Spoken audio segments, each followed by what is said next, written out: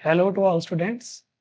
आज हम डिस्कस कर रहे हैं हमारा क्लास 11 थर्मोडायनेमिक्स चैप्टर, और ये हमारी थर्मोडायनेमिक्स चैप्टर की प्रैक्टिस शीट 1 है जो कि फर्स्ट लॉ ऑफ थर्मोडायनेमिक्स पे बेस्ड है।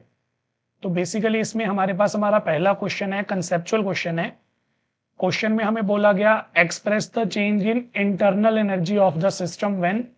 तीन कंडीशंस हमें गिवन है, वन बाय वन तीनों को एनालाइज करेंगे और उसके बाद जो भी हमारा आंसर बनेगा वो हम यहाँ पे लिखेंगे। सबसे पहले मैं आपको बता देता हूँ, क्वेश्चन जो है क्वेश्चन हमारा बेस्ड है फर्स्ट लॉ ऑफ थर्मोडायनेमिक्स पे। तो आपको बेसिकली पता होगा जो फर्स्ट लॉ है वो हमारे पास है delta U is equal to Q plus W. यहाँ पे डेल्टा यू जो है ये है हमारे पास change in internal energy of the system. Q है यहाँ पे हीट चेंज।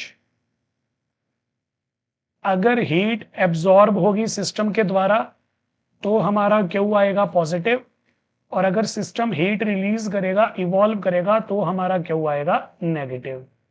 सिमिलरली डब्ल्यू हमारे पास यहाँ पे वर्क डन है। वर्क डन का भी रूल आपको पता होना चाहिए। वर्क डन अगर हम पढ़ रहे हैं ऑन द सिस्टम, मतलब हमारे सिस्टम के ऊपर वर्क हो रहा है, उस केस में वर्क डन पॉजिटिव आएगा। और अगर हमारे पास है work done by the system, तो इस केस में हमारे पास W जो है वो नेगेटिव आएगा। एक बात मैं क्लियर कर देता हूँ, थर्मोडायनेमिक्स को आप फिजिक्स के अंदर भी पढ़ते हैं, तो वहां पे साइन जो होते हैं वो केमिस्ट्री के रिस्पेक्ट में अपोजिट होते हैं, उल्टे होते हैं। तो इसलिए यहाँ पे इन क्वेश्चंस के अंदर जो साइन मैंने मेंशन किए हैं वही यूज होंगे। फिजिक्स में आपको इनसे थोड़ा सा अलग आंसर जो है वो मिल सकता है। तो इंट्रो मैंने आपको टॉपिक का दे दिया है, अब हम क्वेश्चन जो है वो स्टार्ट कर सकते हैं। जैसे हमारे पास हमारा पहला क्वेश्चन है, यहाँ पे हमें इंटरनल एनर्जी का चेंज बताना है और हमारे पास हमारा पहला पार्ट है यहाँ पे, no heat is absorbed by the system from the surrounding but work is done on the system, what type of wall does the system have. तो देखो हमारे पास जो हमारा लॉ था वो था delta U is equal to Q plus W. अब यहाँ पे अगर मैं नॉर्मली बात करूं तो देखो उन्होंने बोला नो हीट इज एब्जॉर्ब्ड, यानी कि हीट तो एब्जॉर्ब ही नहीं हुई, क्यू जीरो आ गया।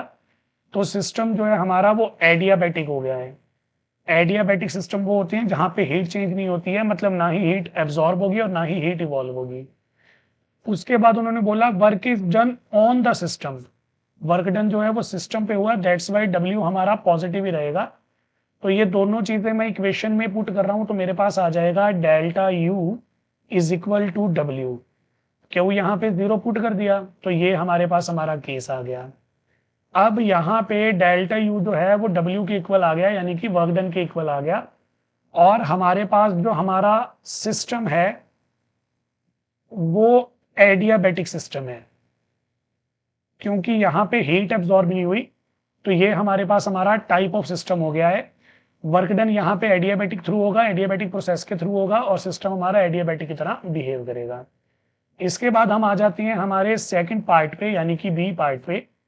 तो हमें बोला गया no work is done on the system but Q amount of heat is taken out from the system and given to the surroundings, what type of wall does the system have.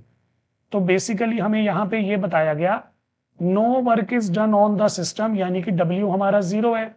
सबसे important बात देखो यहाँ पे उसने बोला heat is taken out from the system and given to the surroundings, मतलब हमने system से हीट निकाल के सराउंडिंग को यहाँ पे दे दी है। तो इसका मतलब यहाँ पे ये हुआ हमारी जो हीट है वो इवॉल्व हुई है, तो क्यू यहाँ पे नेगेटिव आएगा।